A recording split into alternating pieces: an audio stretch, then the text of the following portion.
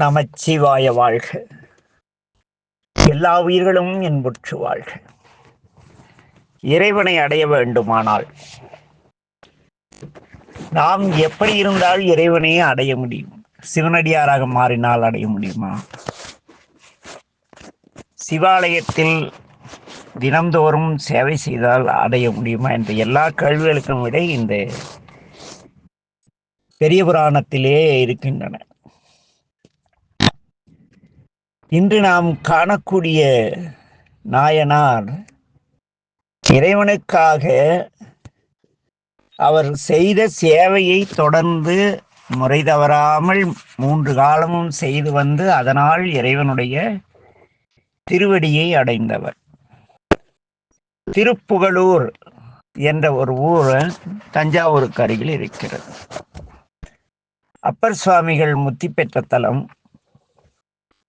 பெருமான் அக்னீஸ்வரராக எழுந்தருளி அருள் செய்யக்கூடிய அற்புதமான திருத்தலம். இங்கே இன்னும் ஒரு சிறப்புண்டு. சுந்தரமூர்த்தி நாயனாருக்கு இறைவன் செங்கல் கட்டிகளை தங்க கட்டிகளாக மாற்றி கொடுத்த பெருமையுடையது இந்த திருப்புகலூர். இந்த ஊர் மயிலாடுதுறை டு சன்னாநல்லூர் செல்லும் வழியிலே இருக்கிறது.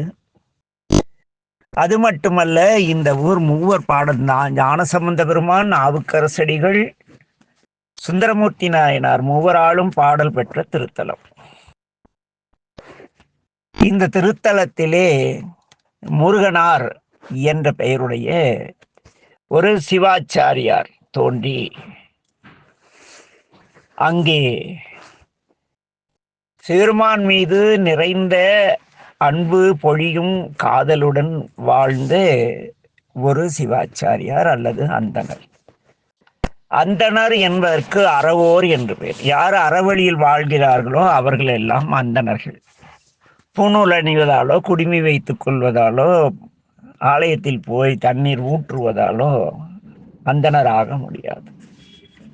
அறவழி நின்று அன்பினால் இறைவனை வழிபடக்கூடிய தன்மையுடையவர்கள். தனக்கு தட்டுக்காசு வருதோ வல்லையோ, சாப்பாடு இருக்கோ இல்லையோ, இருப்பதை வைத்து சாமிக்கு 3 காலங்களிலும் காலையில், உச்சி வேளையில், இரவில் நிறைவாக புடிந்த நீராவது அவருக்கு ஊற்றி அவரை குளிக்கச் செய்து அவருக்கு வாசனை மிகுந்த சில மலர்களை கொண்டாவது அவருக்கு மாலை தொடுத்து அணிவித்து வழிபாடு செய்யும் திறமுடையவர்களாக இருப்பவர்களே அந்தணர் என்கின்ற அறவோராகிய ஆதி சைவ அந்தணர்கள்.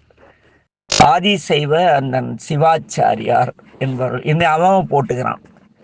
உள்ளத்தில் அன்போடு என்னங்க அந்த கோயில் போனால் என்னங்க வருது அப்படின்ட்டு போய் பேருக்கு மணீஸ்வரர் போயிருக்காரு அப்படிங்கிற அளவு தான் இருக்கு. அப்படி அவர்கள் எல்லாம் அந்தணர்களாக ஆக மாட்டார்கள், ஏதோ ஆக மாட்டார்கள்.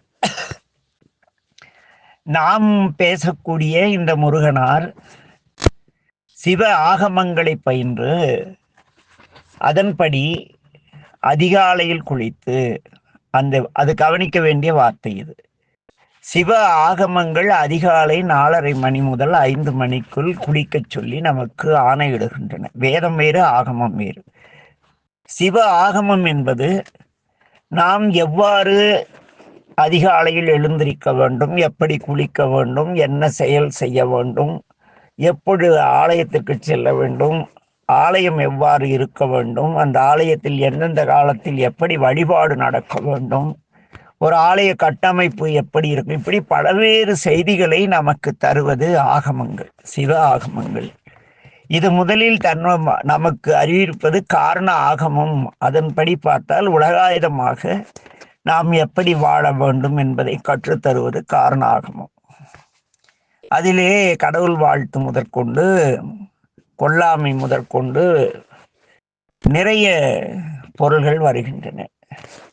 அவ்வழியிலே அந்த ஆகமப்படி அதிகாலையில் எழுந்து குளிர்ந்த நீரில் குளித்து நந்தவனத்திற்கு சென்று வாசனை மிகுந்த மலர்களை பறித்து கொண்டு அதை மாலையாக தொடுத்து திருப்புகலூர் திருக்கோயில் உள்ள வர்த்தமானீஸ்வரம் எனும் மூலட்டானத்தில் எழுந்தருளியிருக்கும் சிவலிங்க மூர்த்தியை தன்னுடைய ஆன்மமூர்த்தியாக கொண்டு சாமிக்கு புனித நீராட்டி, அதாவது திருமூலட்டானத்தில் வர்த்தமானீஸ்வரர் இருக்கிறார் அல்லவா, அந்த மூலவரையே தன்னுடைய ஆன்மநாயகர். ஆத்மநாயகர் என்பது நமக்குள் இருக்கும் இறைவன். நாம் சிவபூஜை செய்யும் பொழுது நம் ஆத்மாவில் இந்த உடலுக்குள் இருக்கக்கூடிய சிவனை சிறு சிவலிங்கத்தில் எழுந்தருளை செய்வது ஆத்மார்த்த பூஜைன்னு பேரு.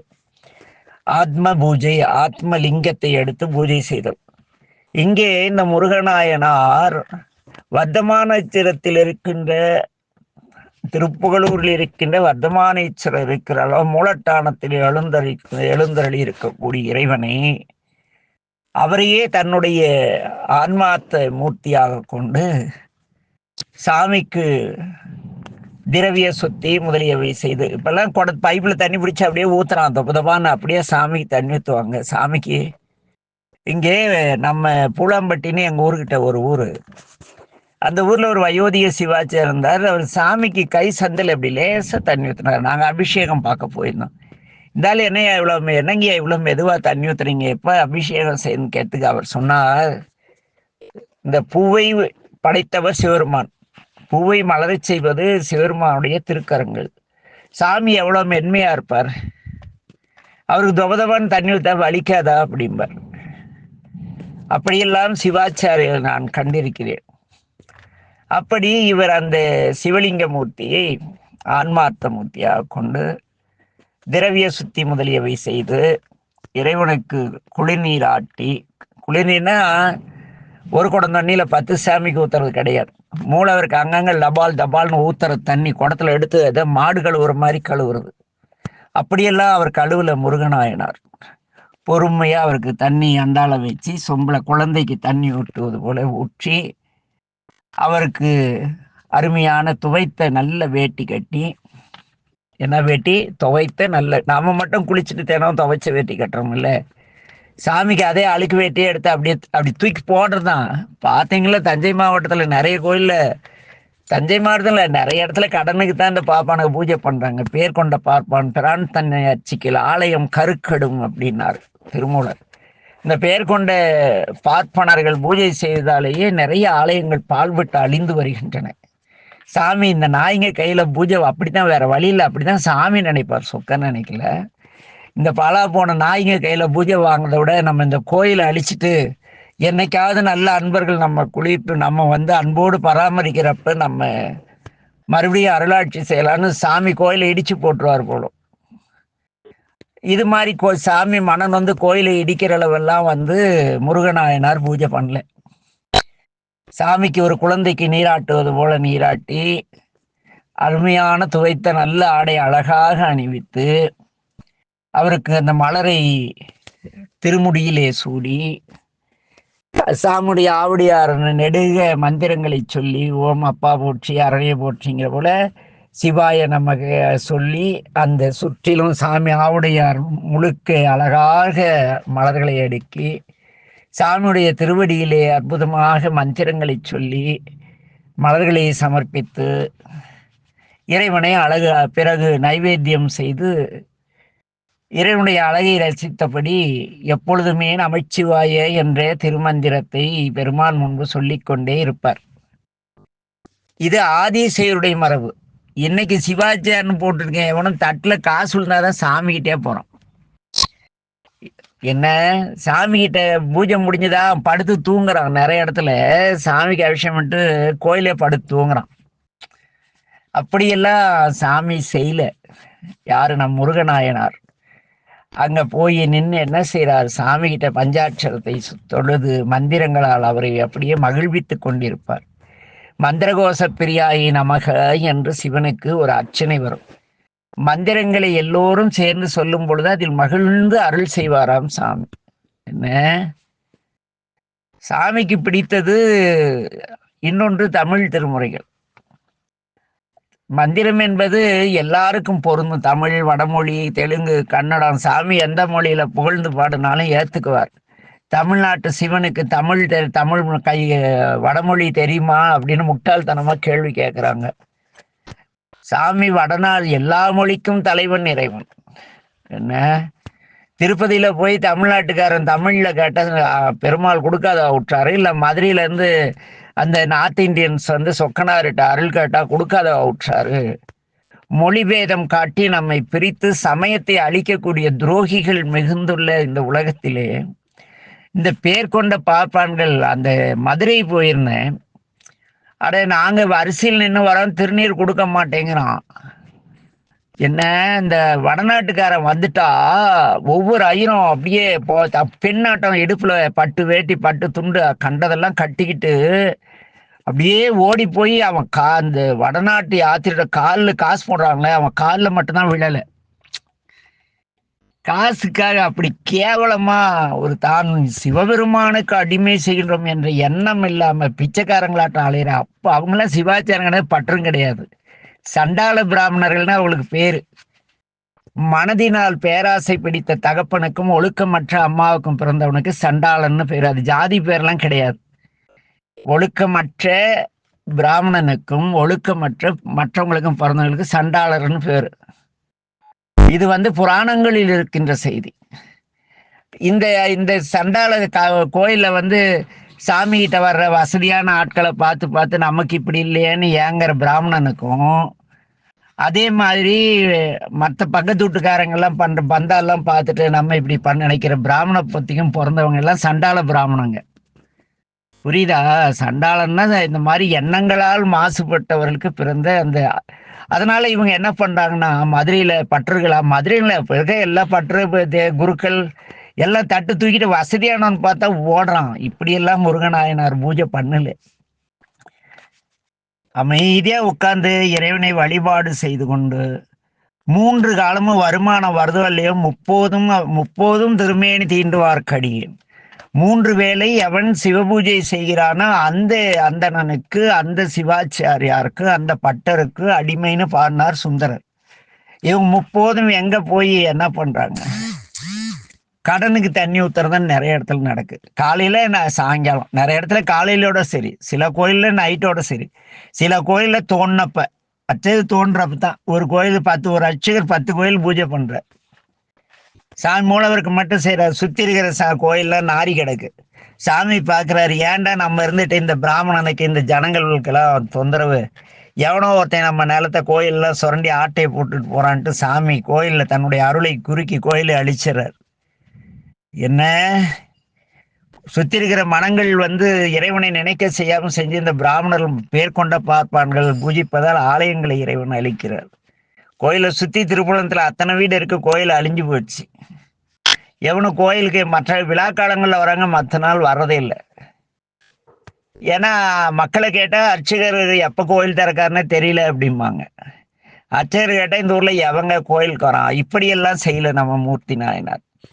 தொடர்ந்து தினந்தோறும் அந்த பெருமானை வழிபட்டு ஐந்தெழுத்தோதி சாமிக்கு அருகிலேயே இருக்கிறார்.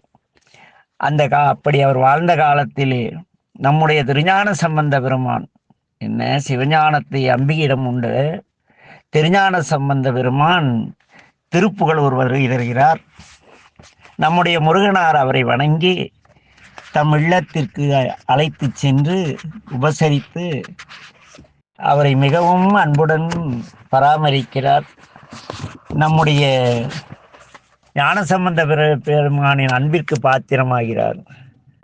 அப்படி வாழ்ந்த காலத்திலே அதற்கு பிறகு ஞானசம்பந்தருடைய அங்கிருந்து சென்ற பிறகு திருஞான சம்பந்தர் ஆச்சால்புரத்திலே திருமணத்திற்கு சென்று திருமணம் திருஞான சம்பந்தடிகளுக்கு நடைபெறுகிறது என்று கேள்விப்பட்டதும் நம்முடைய முருகனார் அங்கே சென்று திருஞான சம்பந்த பெருமானின் திருமணத்தின் போது தோன்றிய பேரொளியிலே அவரும் ஞான சம்பந்தருடன் சென்று சிவபெருமானின் திருவடியை அடைகிறார். இங்கே எந்த தொண்டும் கிடையாது. பாடும் பணியே பணியாய் அருள்வாயினார் அருணகிரிநாதர். அப்படி இவர்கள் முருகநாயனார் தனக்கு தெரிந்த ஆகமப்படி இறைவனுக்கு அபிஷேகம் 3 காலமும் 30 திருமேனி தேண்டி திருமேனி தீண்டுவார்னு ஏன் சொன்னானா, தீண்டினால்தான் சுத்தமா கழுவ முடியும்.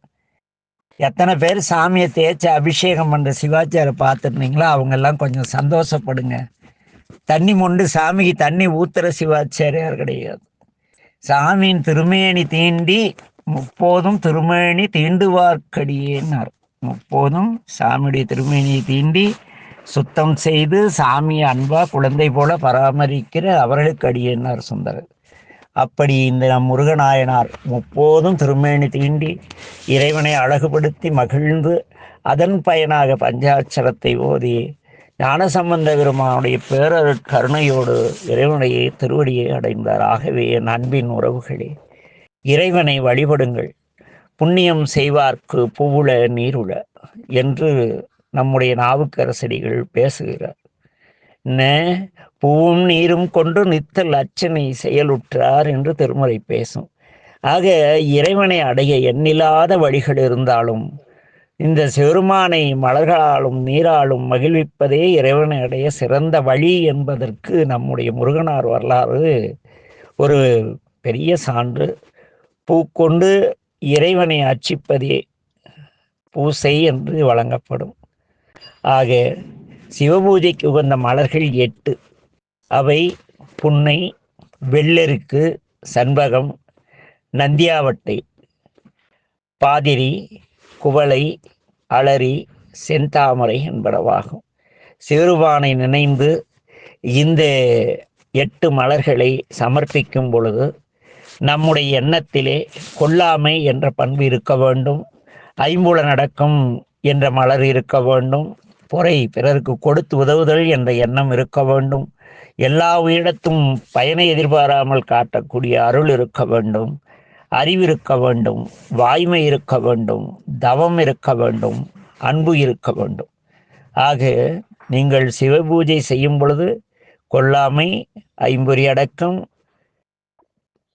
தர்ம சிந்தனை, அருள், அறிவு, வாய்மை, தவம், அன்பு ஆகியவற்றை கொண்டு இந்த மலர்களாக இந்த 8ஐயும் இறைவனுடைய திருவடியை சமர்ப்பிக்க இங்கு நம் இல்லங்கள் தோறும் எழுந்தருளி செங்கமல பொற்பாதம் தந்தருளும் சிவன் நமக்கு கண்டிப்பாக எல்லா அருள்களையும் தருவார் என்று இங்கே, ஏனெனில் சான்றாக முருகநாயனாருடைய திருவடிகள் இருக்கின்றன.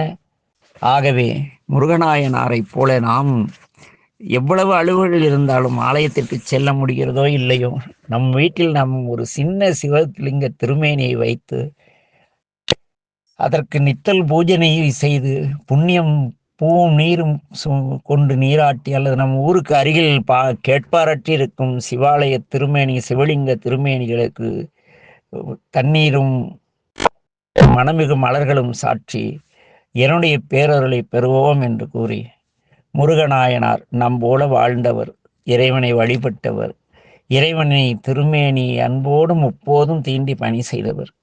அவ்வழியிலே நாமும் ஆழ்ந்து இறையருள் பெற எல்லாம் வல்ல என் தந்தை மேட்டூர் மீனாய் சொக்கநாத பெருமானின் திருவருளை சிந்தித்து விடைபெறுகிறோம். மீண்டும் அடுத்த பதிவில் சந்திப்போம். குறை கூறுவது நோக்கம் அல்ல. முருகநாயனார் போன்ற அந்த அந்தணர்களை கண்டவர் சிவபெருமான். முருகநாயனாரை போன்ற பட்டர்களும் ஆதிசைவ சிவாச்சாரமும் வாழ்ந்த பூமி இந்த பூமி. அவர்களுடைய பூஜையை ஏற்று மகிழ்ந்தவர் சிவபெருமான். அவரிடத்து அன்பில்லாமல் செய்யும் நாம் செய்யும் எந்த பூஜையும் பயன் தராது, ஆலயங்கள் உருப்படாது. ஏனெனில் இது நான் சொல்லவில்லை, சேக்கிழார்கள் சொல்லவில்லை, திருமந்திரம் பேசுகிறது. பேர்கொண்ட பார்ப்பான் பிரான் தந்தை அர்ச்சிக்கின் ஆலயம் கருக்கடும். என்ன முடியாண்ட மன்னர்க்கு என்ன பெரும் நோயாம் என்று வரும். அது பெரிய அது நல்ல விஷயம். மன்னன் எப்படி போனால் என்ன, கெட்டவன் அழிவது மரபு, ஆனால் இறைவன் அழியக்கூடாது அல்லவா? ஆகவே என் அன்பின் உறவுகளே, இறைவனை சிந்திப்போம், அருள் பெறுவோம். எல்லாம் வல்ல என் தந்தை மேட்டூர் மீனாய் சொக்கநாதர் பேரருள் அனைவருக்கும் உண்டாகட்டும். நமச்சிவாய வாழ்க. எல்லா உயிர்களும் இன்புற்று வாழ்க. திருச்சிற்றம்பலம்.